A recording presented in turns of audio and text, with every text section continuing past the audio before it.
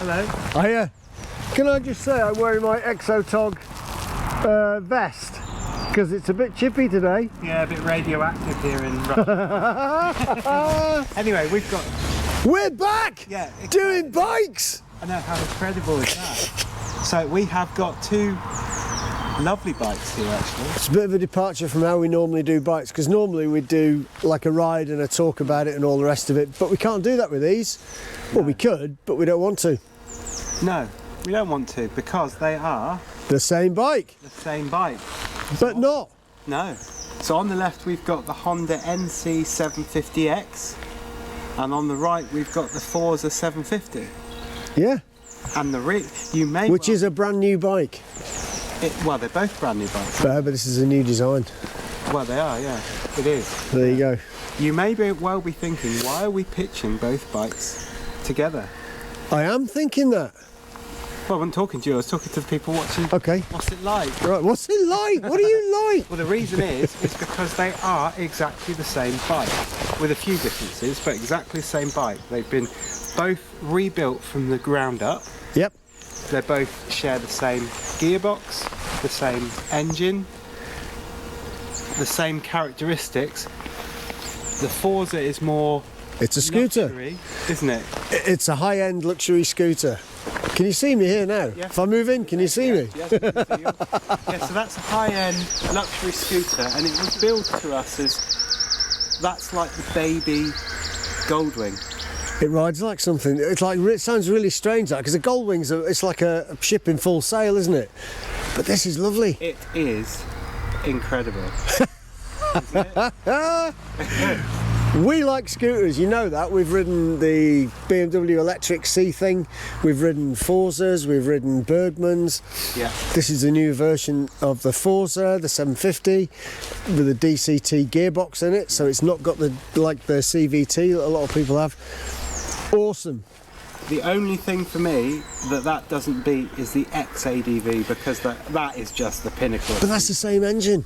I don't care whether it's the same engine. But we can't ride three of them together. Anyway, so I'm going to give this to Mark. Oh, I have to hold on to this now, because we can go through some figures, can't we? We can do. And because we're new to this, we're going to get our brains back into the game. We've been riding and we haven't even looked at the We've books. got these books. There you go. So, we have got these two bikes. How many horsepower do you think that has got? Oh, 296. 84. 75. No. 56.5. Wow. I know. And that goes like a rocket. It does. Like this one. 35 kilowatts. You can have that on an A2 license. That's Which pretty is cool, actually. Incredible. It's got 3 default riding modes, and you can customise them. That is pretty cool. It's really, really good. You've got a torque level setting that you can do. The good thing about this one is, well, both of them actually, there is 20 litres of storage space. So Show me where that is then. Through this one first. Show me where that is. Right, so you use this key. Some don't like keyless ride, some like keys. I'm indifferent. This is a key. You're many things. So, to open, Look at that. you get a cavernous 23 litres of storage. Hang on. Hello. 23 whole litres. You can fit a full face helmet in there. Flip ups go in there. And you know, it seems quite flimsy there, but you're not going to be keeping that open all the time and riding. But look. What, riding with it open? My whole arm is disappearing. You must be touching the gearbox there. You're in that far. Touching the floor. Wow. Loads and loads of space in there.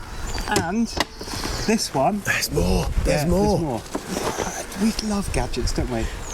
When you Look do at that. What's in there? This is the fuel filler, because the fuel tank is under here. So what they've done with both of these bikes, but specifically this one, so if you imagine riding a street type bike, adventure type bike, that's what this feels like to ride. Yeah, it does. But to aid to get to that, this is about 180 kilos, something like that. It's really manoeuvrable. You know, it's unbelievable. It feels like it's like a 120, 150 kilo bike to manoeuvre around without the engine running, because they put things like the fuel tank down below, so the centre of gravity is much lower, and you really feel that when you're riding, don't you? For slow speed riding, like the junctions and things like that, I mean, they take a bit of getting used to because it's a DCT anyway, and you're constantly gripping, trying to find the clutch. But low speed riding, the centre of gravity is so low, it's just like, it's easy, it's so easy. And for a new rider, if this can be ridden on an A2 licence, you know, that's quite important, you know, build confidence in your bike. And the power is amazing. And it's got this handy little thing to hold the seat up. Now, when Sounds like a QVC channel. Other shopping channels are available. This is the number you need. when we get to that one, they've got other extras in there. Other gizmos. Yeah. But that's the seat. The seat, I've got to say, is very, very comfortable. And the seating position, when I was riding it, it's really nice. It's a comfy seat, isn't it? You feel, in comparison to the bikes we ride, I feel quite low down on this one. Yeah. No fishing for the brake, no fishing for anything else, other than I found myself fishing for the gear lever on the left hand side, because there isn't one. This is DCT. And I've got to say that this is the first time that I've ridden a DCT bike, because you did the Africa Twin. Yes, I love them. I love them. First time. I love them so much. My new bike, I didn't buy one. Yeah, but you're nearly good. Is that a handbrake? Yes. So this is the first time that I've ridden DCT, and it's really, really good. You start it and you start to roll. It's kind of like a mess with your head first off, isn't it? And then you get used to it, and it's like riding a scooter. So for this bike, exactly the same as that one, the difference being is it's twist and go, but you've got a front brake and a rear brake, all on the same side, so same as you would normally ride a bike. No clutch. And I tell you what, it was always in the right gear at the right time. And you can switch through the different modes, sport and all these magical modes, but right, auto and manual. If you're in auto, which incidentally looks like an R to me, they could do with changing their fonts a little bit, because that looks like an R to me, like reverse. Yeah, I thought it was reverse, I got to admit. So you start it up and it starts in neutral, and the good thing about both of these bikes is if you put the stand down, it puts itself into neutral and turns the bike off, you can't roar off. There's some things to think about when you use DCT when you're on these bikes, is when you come to start to always cover the brake. And the reason that they say that is because if you're resting on the accelerator and you start, and then when you put it into drive, you could shoot off, and that just stops you shooting off, doesn't it? Yeah. And it takes a bit of getting used to in your head, that when you then twist, you've not got to change gear at all, because it's always in the right one. And we were talking back in the showroom, and we were saying that the DCT will change the gear quicker than you can think about changing the gear. And lots of people think with DCTs that there's a lot of hesitation in between it doing what you want it to do and it doing what it wants to do, but it does learn, apparently. It learns your rider style as you go on. You're coming up behind That's the like car. Big Brother watching you, isn't it? Yeah. It's learning. It is. It's learning. I can ride the bike for you now, Mr. Holroyd. Right. But if you're coming up behind the car, how does the bike know that your intention is to overtake? And how does it know when is your intention to overtake? So I would say it doesn't know. it doesn't know. So that's why we have a brain in our heads. So when you go to indicate and you start doing your manoeuvre, if you want to crank it back and go, The machine has to work out what you're trying to do. That's what you're trying to say, isn't it? and people attribute that tiny space of time into, oh, it hesitates. But if you think about it, how else do you know what you're doing? You just have a plug in your head. We haven't got a plug in our head yet, thankfully. I don't want to have my foot's coming out of the public domain. But if you're coming up behind the car, have on this side of the... I'm coming over. You have a minus, and round the back you've got a plus. And literally, you're in 6th gear, there's a car there, you're coming up to the car's going slower, you want to overtake, it's all safe, all that sort of stuff. if you just dab that twice or 3 times, put it down into third, because that's the gear that you want, it will do it.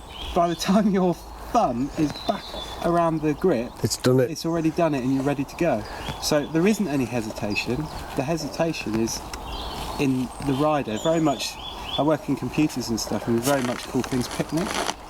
It's a problem in chair, not in computer. So that hesitation possibly is coming from the rider not putting 2 and 2. And it's people like us who haven't ridden them very much and suddenly getting on it, oh, it hesitates, it's a horrible bike. Well, Yeah. it's not. And it goes. Cranking it down, it just takes off. It's a really nice bike. It really is, and really smooth. So on the handlebars, come round this way, Mr. Mark. I'm coming round. So on the handlebars, we've got quite clunky and big clusters of buttons, which I didn't find an issue. And once you know where everything is, you get used to it. Now, coming from different bikes, on this side, you got your start and your kill switch, neutral drive, automatic and manual. That's all there is on that side. Yep. Really simple. Left hand side, we've got the headlights, all your flashes, and you keep them up. And it's interesting because that's the pass, the flasher. Now on most bikes, the flasher is around the back. But on this bike, we've got a plus. That's your paddle, your up here. paddle. Yeah. And I find that in a really good place, because where I've got my thumb and my finger, it's not very far to change it really quickly.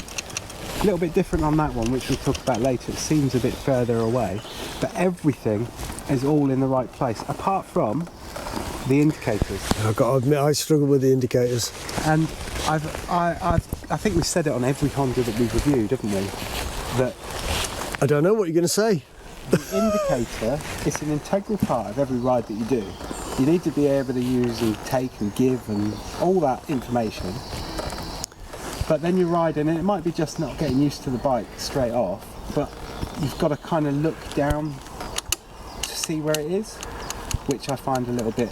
They could perhaps have changed the horn or moved it around so that it was more intuitive. But having said that, where your thumb is, it's in the right place. On that one, it's probably.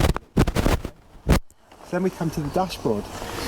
Oh, I can see it on there without the sunshine there. Can you? Yeah. Oh, it's really hard because all I could see was your reflection. But we've got a screen.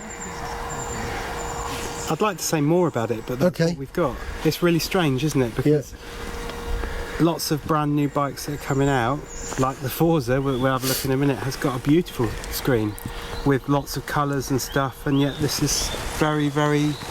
But although this is... it's a really nice bike. It's quite basic. The suspension is basic on it, whereas that has got upgraded everything on it, you know. So, but this is about £7.5 grand without the DCT. Yeah. £8,200 with the DCT. So you're getting a shed load of bike for not a lot of money. Because this can be bought in both versions, geared or DCT. Yeah, it can.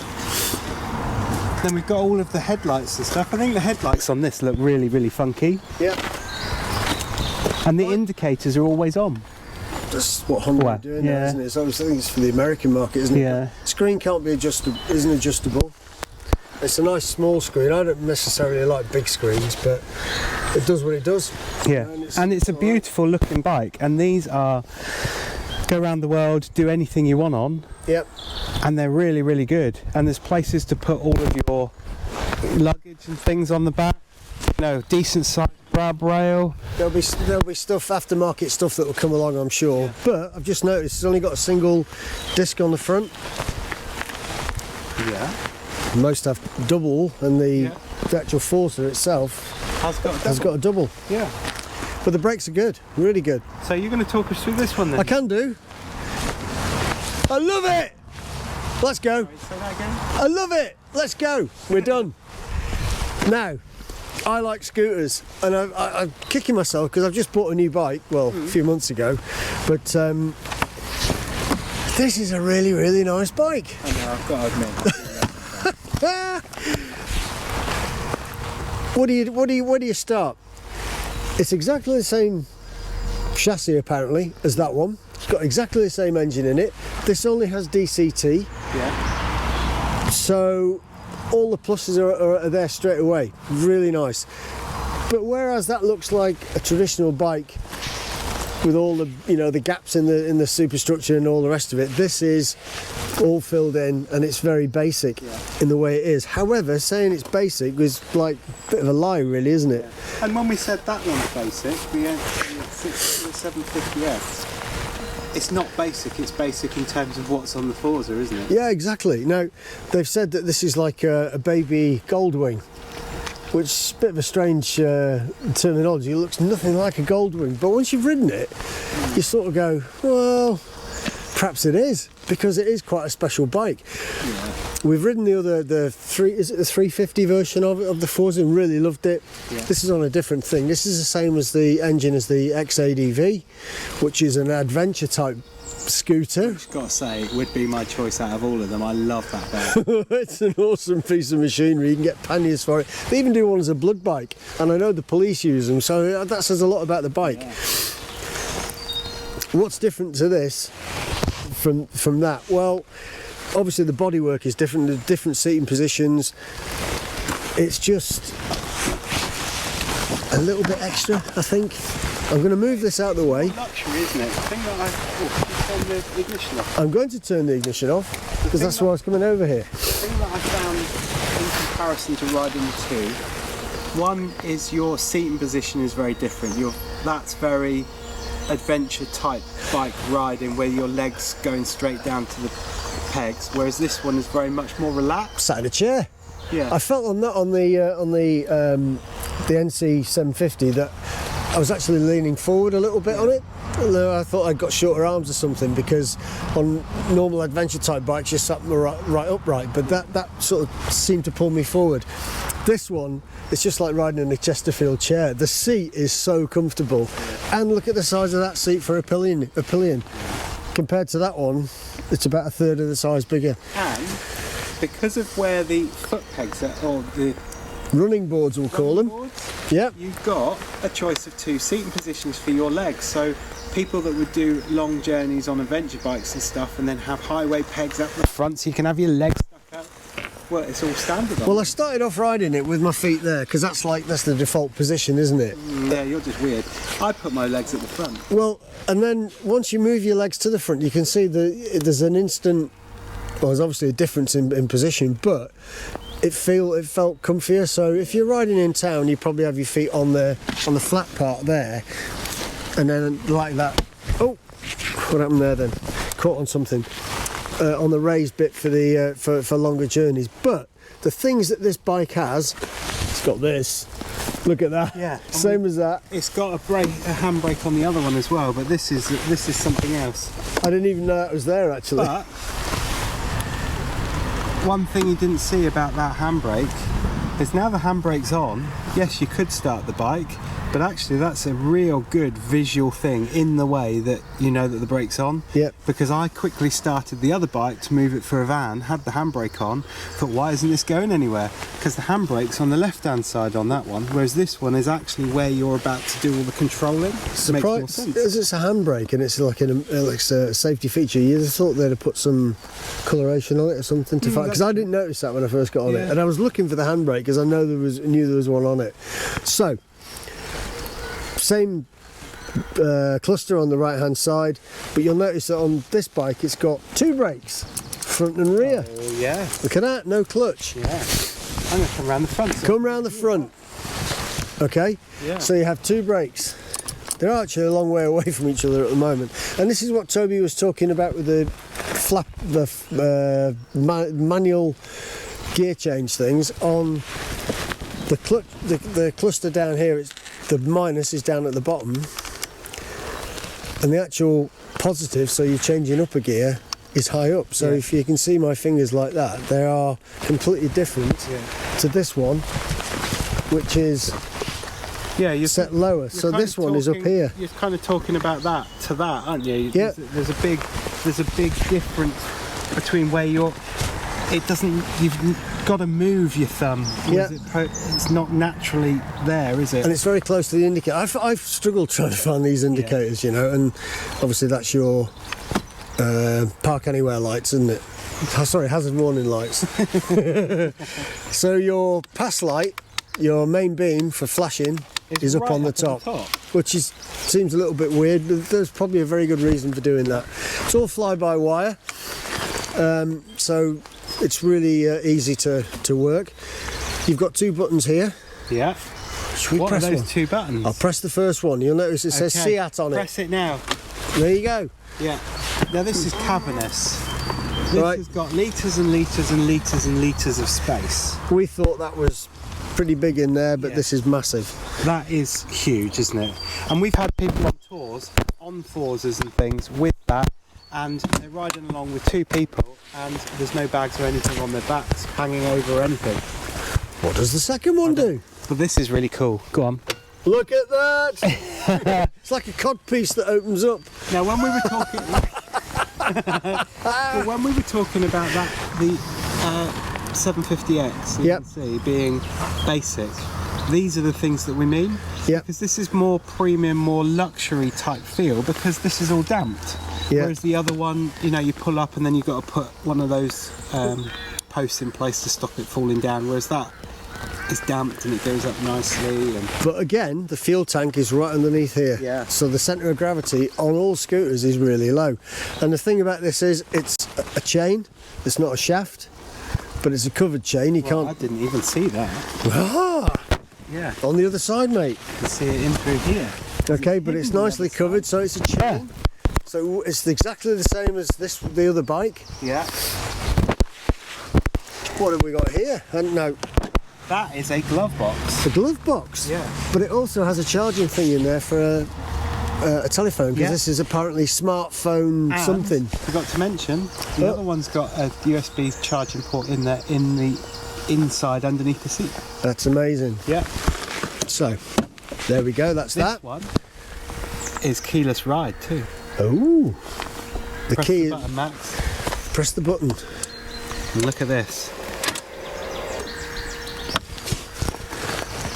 Now that's quite special, isn't it? Compared to the other one. Yeah. And when we're saying basic and non-basic, it's like the Antiques Roadshow, this, isn't it? Okay, that's what we mean, because that looks a little bit more special than Yeah. the other screen on the NC 750. You've got loads of modes in here. And to be honest, it would take us too long to try and explain. So Mark at Damrels, who was explaining, it was like we've been there about 4 days, you know, and he's still only gone past the first screen, you know. So there is so much information this gives you, all the standard fuel, economy, all that kind of stuff. Incidentally, the I was economy. just about to say that. Will you carry on? It's doing at the moment 62 miles to the gallon, but I think Mark was saying that it in excess of 100 when he's just been poodling around. Yeah. And both bikes. On both do bikes. 60 to 90 miles to the gallon, which is insane. Which is, you know, the way it should be, really, I suppose. And what I do like about this screen is it's easy to read, it's compact, so I don't understand why they couldn't have done that for the other bike. Yep. But these driving modes, I'm just going to check something, because they're almost the same size. yeah. So they could, in my mind, they could have put that on there, but the driving modes is really good, and you've got these circles around here. Yeah. So you've got your power, engine braking, that's your drive, whether it's automatic or manual, and then you've got your torques and stuff, haven't you? Yeah. Or traction control. And all the lit blue bits are what's configured for the mode as to what you get. So you get like 3, or you get 2 little sections of the 3 for engine braking in So standard. if we can perhaps change it so you can see, it might... Yeah, so for rain, it's changed your power, so your power delivery, and it's interesting to note that on every mode you get 100% power delivery. It's just the curve and how it gets delivered which will change. So for here, rain, you're going to get all of the power, but it's not going to give it to you right at the Straight very away. beginning because of the very Because you point. kill yourself. And the engine braking. So if to we do stop it you- again, for user, Yeah, don't really know keep what that going. meant. That's ones that you can And then tailor you've got to yourself. sport. So sport, you've got 100% Everything. of the power from the second that you start turning that wheel. So it's the same power, just the curve is bigger, isn't it? Engine braking, you get it all. Drive, you get it all. And your traction control, you get just enough because it's sport. And I've got to admit, when it's in sport and you twist that little monstrous thing there, it goes straight away, doesn't it? And it really, really pulls. Does. Mark came up to me on a bit of empty road. Well, it wasn't a road, was it? It was off-road. Not a public road is what I'm trying to say. Yeah. He tried to overtake me. I knocked it down a couple of gears and just took off. It's just insane. It really is. So we love it. Comes in 3 colour schemes, this one. That one comes in a couple of colour schemes, blue and a red, and I'm not sure if it's a black. This one comes in this like matte blue type thing. It comes in a black and it also comes in a white. This is a bit there, I think, this colour. Well, and we were kind of talking about before we started filming, weren't we, that the XADV would have my money over this every day because of the curves, because of how it looks. But ultimately, a lot of it's coming down to the paint and the colour and how attractive it looks. This colour is really nice, but it does blend in quite a lot, doesn't it? And Yeah, this it's hard to see. reminds me very much of the electric BMW bike that we rode. Yeah, yeah. Similar shape. Well, it's a scooter shape, isn't it? Yeah. Now, No.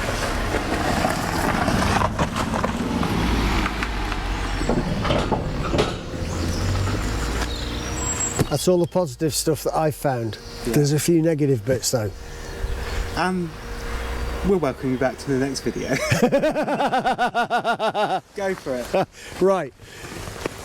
These wing mirrors, okay, Yes. were pretty bad. Now we're not sure if it's because of the way they've been set up. You see how they're quite high up on these bars here, Yeah. and it's hard to adjust them. Maybe if they were just lowered down a little bit, Yeah. you would get a better view on it. I'm not sure. I think But- there's a big view of your hands, I found. I couldn't see anything behind me, and to see actually anything riding right behind me, you had to move your body, which is which is a bit rubbish. Now, personally, I don't like high screens. This isn't an adjustable screen, so although we're saying it's a top of the range thing, it hasn't got an adjustable screen, either manually or electrically. You know, a manual one. I think the screen should probably be about that much lower, Okay. in my opinion, because I don't like high screens, but it does work perfectly. See, I had totally the different view. I don't mind the screen, didn't even take any notice of it, other than the fact that the shape looks a bit strange. It looks It like. doesn't look as modern. Do you know what as it the looks bike like? is. It looks like an aftermarket screen. Yeah. That's been designed. Someone's got to fit in a touring screen to my bike, you know, and they're about this tall, aren't they? You know, that's what it is, and that's why I just don't like the screen. I think on this, because of the luxury that you've got in the ride, all of the tweaks that they've done with the engine and the gearbox, to have a up and down screen of some sort or a movable one wouldn't have taken that much. I'm not an engineer, so I'm just generalising from an end user's point of view, but it would have been nice for that to have moved up, been able to move up and down. Suspension on this, Incredible. gorgeous. Suspension on the NC 750. Incredibly hard. I didn't find it so hard, but there's a massive difference between the two. Now, whether that's because this is a scooter and that's a road bike, you know, that's like the adventure type bike, and it does exactly what it says on the tin. This was much more comfortable. Yeah. And this is much more of a luxury, do everything. That will do everything. Of course it will. But this is, I don't know, it feels like something else, doesn't it? It feels like one's next step up, Yep. but a change in everything that you would see, but not everything that you feel. It's Yeah. really weird. Yeah. I'd buy one of these. Yeah. I loved the XADV when we rode that. Yeah. I thought it was amazing. And the Forza 350. Awesome bike. Everything. Incredible. They just added to the incredible in this. And, but the fact that if we step away and have a look at them is that they are both the same, fundamentally the same bike. Yeah. Same footprint. I'm not sure about that one. Looks a bit longer. The scooter looks a bit longer, but it's exactly the same bike. Yeah. You know, but two completely different bikes. Yeah. But would I buy one? I think I'd buy any of them really, but I like the scooter better. I think they're really, really good bikes. And would we buy one? I think is one of those. It's a subjective question for everybody, and we'll get slated whatever we say. But Yeah. from my heart of hearts, I think if the two came up, the NC 750X, I think looks better, but that could be because of the paint job and the fact that it looks more modern. Yep. That's the thing that I get from it. The Forza 750, I would choose over the other one all day long because of the ride. Yeah. I just think perhaps the paint job is a little bit bland for me. Yeah.